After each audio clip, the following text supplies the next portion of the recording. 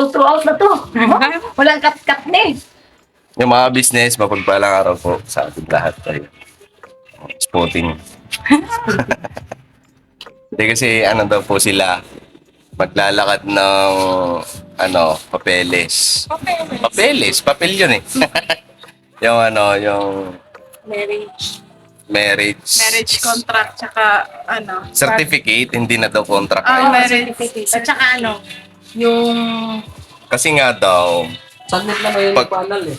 hindi man pag sinabing marriage contract, parang may kontrata lang kayo mag-asawa nun. Ay. Ha? Tara na, Nikki, Certificate. sakay na daw sa akin si Nikki. Ay, Ang grabe, drive. Tara po mga kabisnes, samahan niyo po kami. Where's the sun? Ha? Over the moon. Oh, So yung mga business, yun nga, maglalakad sila ng ng papeles. Tsaka yung ni Kenzo, paglipat. paglipat ng apelyido. Pero anak ko po yun, mga business. Then lang po kasi mga business, nandito ako sa Maynila, tapos si Nika, doon nanganak sa doon ipinanganak si Kenzo sa Bicol. So wala ako doon sa ospital para magperma. Tama ba yun? Magperma para maging akin yung apelyido. Kaya yun mga business ngayon, kailangan ipalipat. So, kasi, doon kasi sa amin sa ospital, doon sa Naga, kapag walang tatay na pipirma ng birth certificate ng bata, ang apelyido talaga sa nanay. Kaya yun, wala si Intoy, kaya sa akin yung naging apelyido ni sa Bicol lang ba yun? Sa Bicol? Depende siguro Depende sa kasi ospital. sabi naman natin Depende sa ospital. Kasi yung iba, hindi naman katulad ng katining di ba sabi niya, nalipat na, kay Kuya Buknoy naman yung apelyido. Kahit hindi pa sila kasal. Hindi ko alam sa amin ba't ganun eh. Baka sinabi mo naman kasi. Tara na nga, baka sa Sige na. Bumotor ba tayo? Next, sakay ka na. Tara, let's go! Go. Yung nga po mga kabisnes, pareho po kami ni Nika na apelyido yung Apelyido namin yung Opo. mga bata. Yung kay Nika naman, yun nga, wala si Intoy. Yung sa akin naman kasi, mama ko po kasi nag-asikaso nun. Kaya nung time na yun, hindi ko alam na apelyido ko pala nilagay ni mama. Kaya nagalit talaga ako, nag-away kami. Alam ni Bay yun eh, kasi nandun si Bay nung time na yun. Tsaka, Ba't hindi si Bay nag-asikaso andun pala siya? di ba, naman kasi si Bay? Hindi naman baka sabihin na naman ng iba, di na down si Bay Kasi natotoo lang mga kabisnes, si Bay po kasi hindi talaga marunong sa mga ganyan. Hindi, kumbaga, sinamahan lang ng mama mo para Yun nga ipaalam sana. niya yung Kaso, yun nga, si mama ang nag-asikaso nung papel. Kahit andun naman yung birthday ni Pai. Kaya nag-away talaga ganun. kami. Kakapanganak ko pa lang, nag-away kami sa ospital nung malaman ko na nga na apelyido ko yung namin. Sabi ko, magkakaproblema tayo niyan. Pag yung mga SS ganon, yung may SS nga si Pai. Pag lilipat ipapasok si Kuy sa school. isa pa yun, school, tapos SS. At saka mahirap kasi pag ang bata, walang middle name. Oo, si Kenzo din wala. Walang middle name, mga kabisnes. Pangalan niya lang tsaka apelyido ko. Oo. Yun yung mahirap doon. Kaya sabi ko talaga kay mama, dapat apelyido ni Bay ang ginamit mo. Kahit hindi naman kami kasal, pwede naman yun. Tsaka Diba? andun din siya eh. Yun tuloy. Ngayon magkakaproblema Saan tayo magantay ng tricycle? Magkakaproblema tuloy mga kabisnes. Kaya Pero nag-iisa ako. kaya naman pong ayusin. Kaya naman, pero yun nga lang, medyo matagal ang process kasi basta paglilipat ng apelyido. Pero pagtagaan natin, basta mailipat yung importante din. Dito tayo magantay.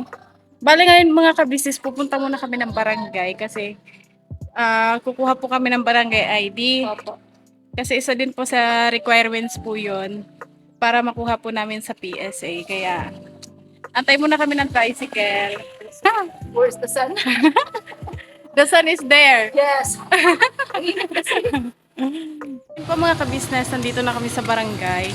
At saglit lang po kami dito kasi saglit lang naman i-release yung barangay ID. Bigay ka lang ng barangay ID. Tapos ikaw naman. Tapos diretso na po kami sa PSA. Yes po. Yan yung barangay ng 171. Let's go.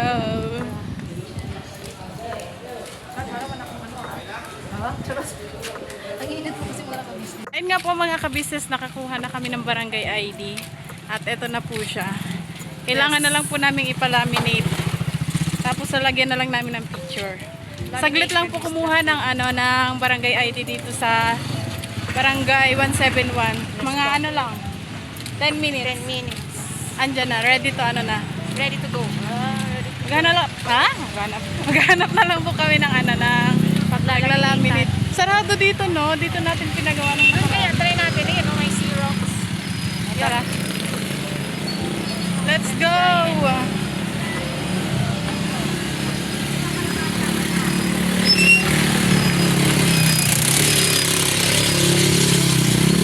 Init, wala tayong payo.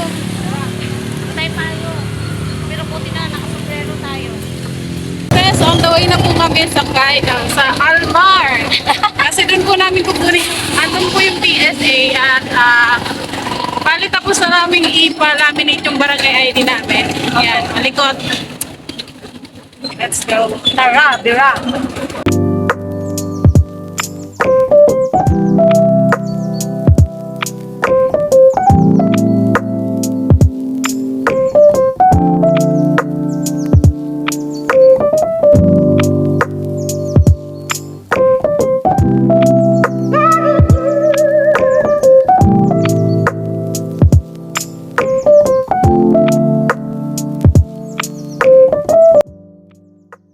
Ayun po mga ka-business, nandito na kami sa PSA.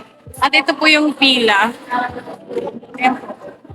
Pila po yan mga ka-business. Nandito kami sa dulo, pinakadulo. Kasi po yung schedule po namin, 10.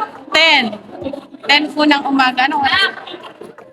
10 mag-11 na po. At pagkuha namin kaninang form, kasi po mga ka-business, bali galing na kami dito kahapon.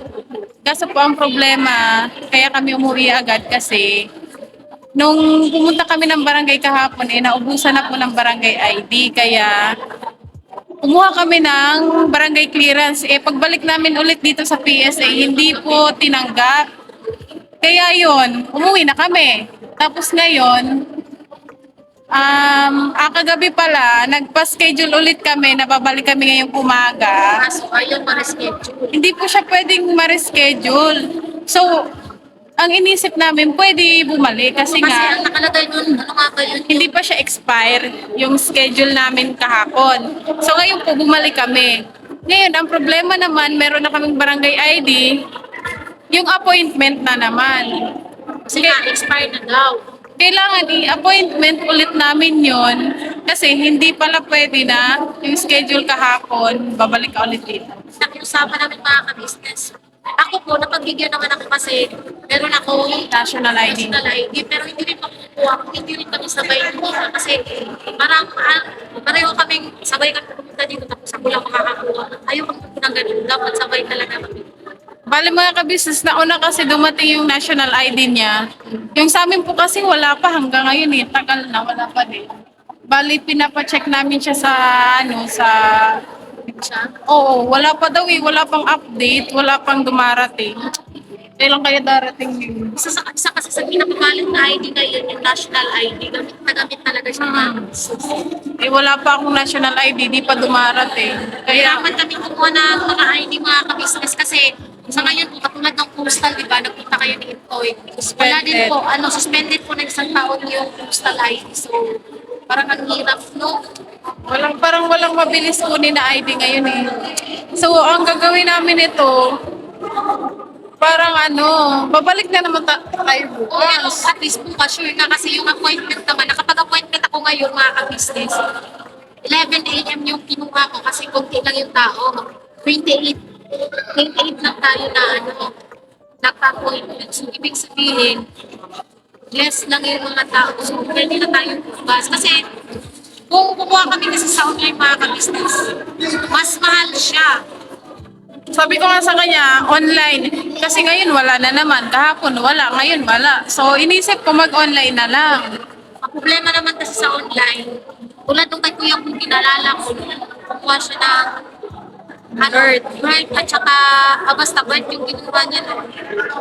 Ibis na ang sabi, 3 days. Lagpas 3 days, siguro mga abot din yata yun ng 1 week bago na i-deliver sa kanya. Yun lang din yung kung hindi siya tugma dun sa nilagay na petsa na dapat ma-deliver yung mismo birth certificate.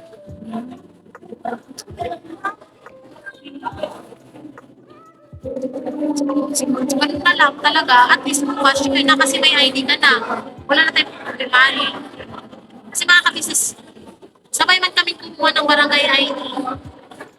Yun nga lang, kung ginamit ko dito kasi, tinanong kasi ako ngayon, kung may national ID ba daw ako, sabi ko meron. Sabi nung lalaki, sige pagbibigyan kita. Tapos nag-iusap ako na kung pwede yung kay Nika, i-ano din kasi, yun nga, Kasi nga po, bumalik na lang kami dito kasi nakapag ano na po kami doon sa lalaki din kahapon. Ang sabi niya, kumuha kami ng barangay ID. Eh, pagpunta nga namin sa barangay, wala na, ubos na yung barangay ID. Tapos bumalik ulit kami dito. Pagbalik namin dito, yun nga, hindi tinanggap yung clearance, kaya umuwi po kami. Ngayon, nakakuha kami ng ID, di na pwede yung schedule namin. Ano?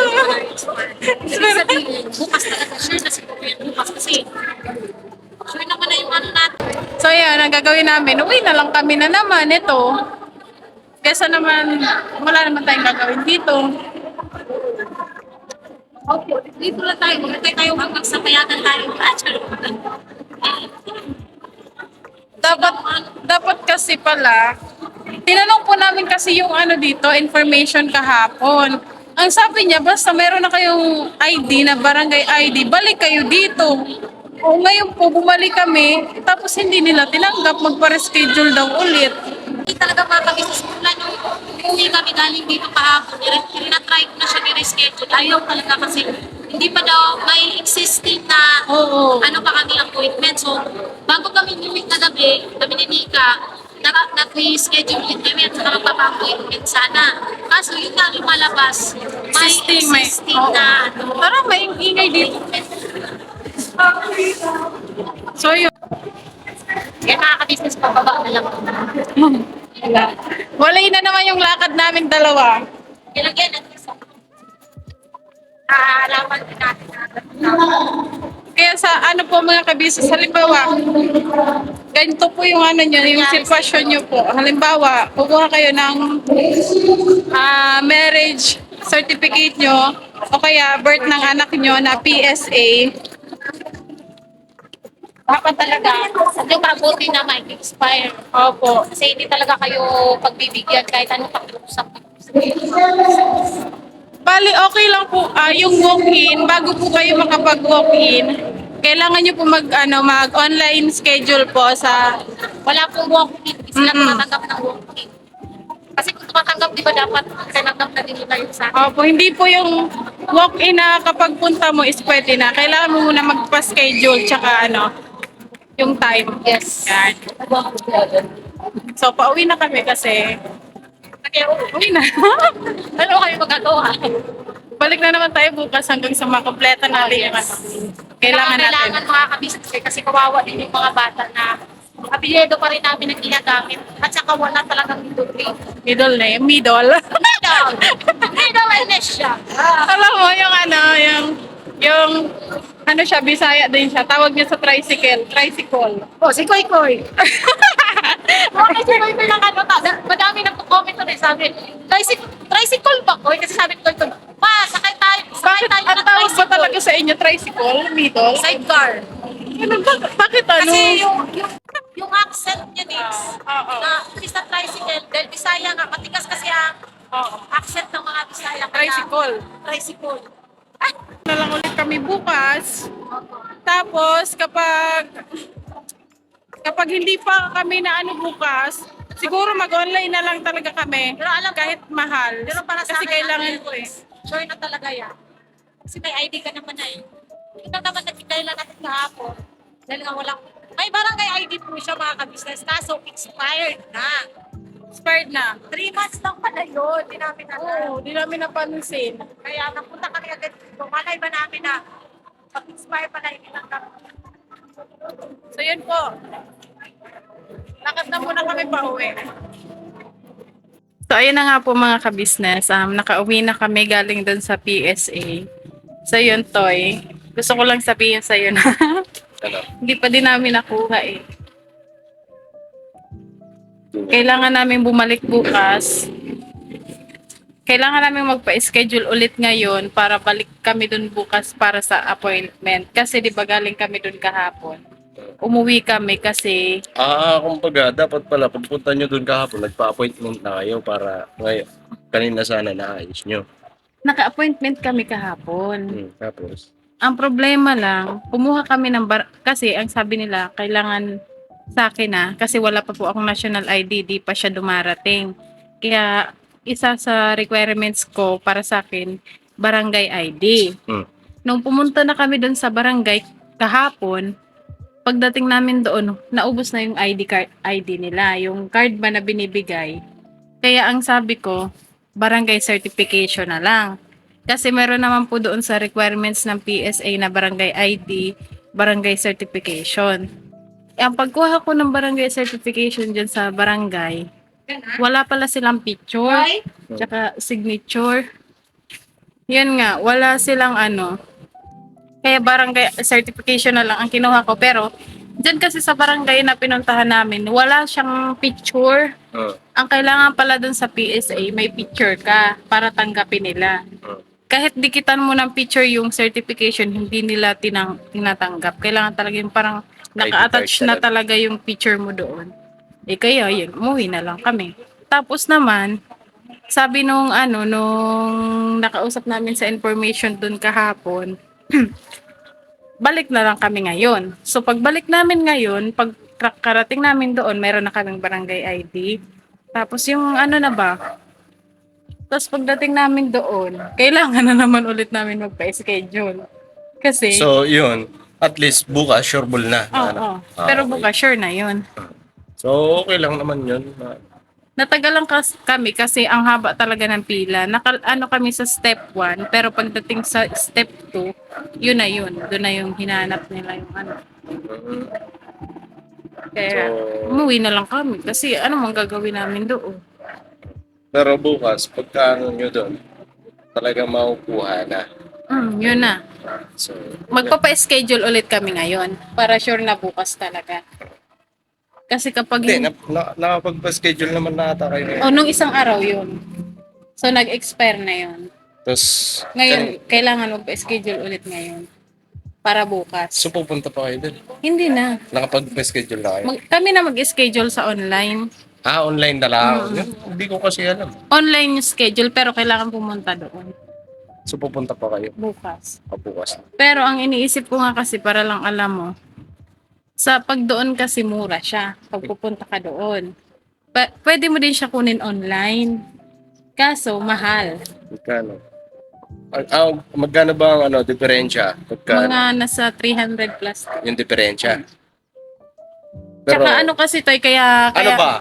Pagka pumunta ka doon, wala nang pila. pila. Pipila ka ulit. Mahaba. Mm-mm. Ngayon, kung Depende dito, sa tao doon kung kung, madaming kung tao. mag-online ka na lang, hindi na pipila. Hindi ka napipila pero mag-aantay ka ng almost 1 week. Pero pag- depende pa din yan. Pagka doon ka, makukuha mo Oo, agad. kukuha mo Di doon agad na yan. lang. Kailangan lang naman kasi dyan ng ang sakripisyo mo tsaka ang pagtsatsaga. Tsaka kasi Toy, di ba yung apelyido ni Kenzo sa akin naka-apelyido? Din yun, isa din yun sa kung bakit doon kami kumuha. Kasi para matanong namin kung ano ba yung gagawin, paano ba ililipat yung apelyido niya sa'yo ba? Sa'yo na yung gagamitin na apelyido. Ganun. Kasi kailangan i-transfer yung alangan mo apelyido ko yun hanggang paglaki niya, di ba? Di pwede kayo. Akin man yan. Joke lang mga Yan po mga kabisnes, pinaalam ko lang po kay Intoy kasi nagtanong siya sa akin. Ayan po mga business, sa mga sa mga business po natin na yung sa bagay na Hindi yan. pa nila alam. Yung hindi nyo pa alam mga business. Huwag po kayong papayag na na gano'n ang mangyayari. So, hanggat magagawa nyo ng paraan na kasi yun nga, kagaya ng sinabi ko kanina no intro, bago sila umalis. Information muna, yung full information muna bago po kayo pumunta sa PSA. Sa mga kukuha po ng PSA, ganun no. Yun po yung gawin natin mga ka-business. Wag po ba kayong papayag na hindi kayo makaano dun sa yun? Yung birth certificate ni Kenzo. Dati, Yung pagkapanganak talaga. apelyido po ng nanay. Mm. Hindi siya apelyido ng Kasi ang tatay. hirap po ngayon, kagaya ngayon. Hirap po. Balik-balik sila sa PSA. PSA. Para lang dun sa ano, paglilipat ng apelido. Mm. Okay. Okay. At least sana ano na yan, Kasi po si Kenzo po mga ka-business, malapit na po namin siyang i-enroll sa school. Pero ano pa lang naman yung ano ba yun, Toy? Nursery. Nursery. Yan, yun po. Kasi si Kenzo po kasi mga ka-business, interesado na po siya sa yung pagko-color, ganun. Alam niya na po yung mga color, pero hindi pa po lahat. pagkasabi nga po namin na school na ikaw na, sabi niya, yehey! Tinuro po kasi namin sa kanya mga Yung ka-business school. yung gusto kong i-enroll dyan sa malapit lang po sa amin. Sa labasan lang. Gusto ko dun siya i-enroll kasi hindi lang siya puro may mga yung laro, yung ang dami niyang mga laruan sa loob ng school. Yan parang maglalaro ka pero mag-aaral kayo. Tapos para may maging kaibigan din siya na ibang mga bata, diba? Yan po mga ka-business.